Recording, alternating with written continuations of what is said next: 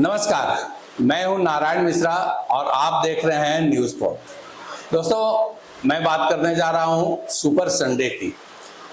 मेरे इस कथन से आप समझ गए होंगे कि जो सुपर संडे हुआ वो इंडिया के हक में हुआ और मैं भारत और पाकिस्तान के बीच एशिया कप में ग्रुप 4 के मैच के बारे में बात करने जा रहा हूं। कल सुपर 4 का मैच भारत ने लगभग एक तरफा अंदाज से 6 विकेट से जीत लिया। लगभग एक तरफा अंदाज कहने का मेरा मतलब यह है कि यदि फील्डिंग और बॉलिंग में भारत ने अपने स्तर का प्रदर्शन किया हुआ होता तो फिर से पाकिस्तान 120 से 130 रन के बीच सिमटती, लेकिन संजोग से शुरुआती दौर में ही जब पाकिस्तान की टीम बैटिंग कर रही थी तो 2-3 आसान कैच भारतीय खिलाड़ियों ने छोड़े। इसका हर्ष यह हुआ कि पाकिस्तान ने 20 ओवर में कुल 171 रन बना दिए। हालांकि 171 बनाने के बाद ऐसा लग रहा था कि उन्होंने मानो फतह हासिल कर ली है, उनका बॉडी लैंग्वेज ही बदल गया। लेकिन जब भारतीय बल्लेबाजी शुरू हुई तो पावर प्ले में ही उनको इस बात का एहसास हो गया कि भारत से पार पाना उनके बस की बात नहीं है।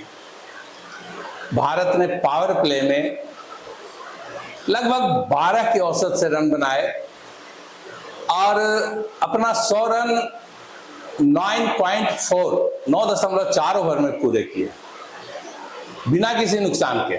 आप समझ गए होंगे कि भारतीय सलामी जोड़ी ने बेहतर अंदाज में बल्लेबाजी की और अभिषेक शर्मा और शुभम गिल ने पहली विकेट के लिए 104 रन की साझेदारी की और ये 104 रन लगभग 10 ओवर में हुए थे और एक तरह से उसी समय ये मैच समाप्त हो गया। बाद में बड़ी आसानी से 19वें ओवर में भारत ने जीत हासिल की। अब जो इस मामले में चर्चा का विषय है तो उनके एक बल्लेबाज हैं फरहान, साहिबजादा फरहान। उन्होंने अर्धशतक बनाया और अर्धशतक बनाने के बाद उन्होंने जिस अंदाज में सेलिब्रेट किया, अपने बल्ले को उन्होंने AK-47 बनाया और कुछ इस तरह से उन्होंने सेलिब्रेट किया। ये सेलिब्रेशन ये दिखा रहा है कि पाकिस्तान की मानसिकता कैसी है और वे कितने बड़े बेशर्म है। उस समय तो उनको लगा कि हमने ऐसा स्कोर हासिल कर लिया है जिसे पार करने में भारतीय टीम को कठिनाई होने वाली है, लेकिन ऐसा कुछ हुआ नहीं और भारत ने आसानी से मैच जीत लिया और इस तरह से लगातार एशिया कप में दूसरी बार और लगातार 7वीं बार पाकिस्तान पर भारत ने अपनी विजय पताका जो है फहराया। अब उनके गेंदबाज जो थे कैसे उनकी कुटाई हुई आपने तो देखा ही होगा, लेकिन सबसे बड़ा मामला है कि उनके एक गेंदबाज हैं अबरार अहमद। अबरार अहमद, आपको उनका ये सेलिब्रेशन याद होगा, ये वाला सेलिब्रेशन। उनकी इस मैच में जो स्थिति रही कि उनका पूरा सिटी पिटी गुम हो गया। 4 ओवर में अबरार अहमद को 42 रन पड़े। वहीं हर मैच की तरह शाहीन अफरीदी फिर इस बार पीटे और 3.5 ओवर में उन्होंने 40 रन दिया। ये तो मैच की बात है। अब ये समझ में आ जाना चाहिए पाकिस्तान को कि भारत से मेरा कोई भारत के मुकाबले हम कहीं नहीं है। और मैच के बाद भारतीय कप्तान ने ये कहा भी, उनसे जब एक पत्रकार ने भारत पाक राइवलरी की बात कही तो सूर्य कुमार यादव ने कहा कि आप कैसे राइवलरी की बात करते हैं।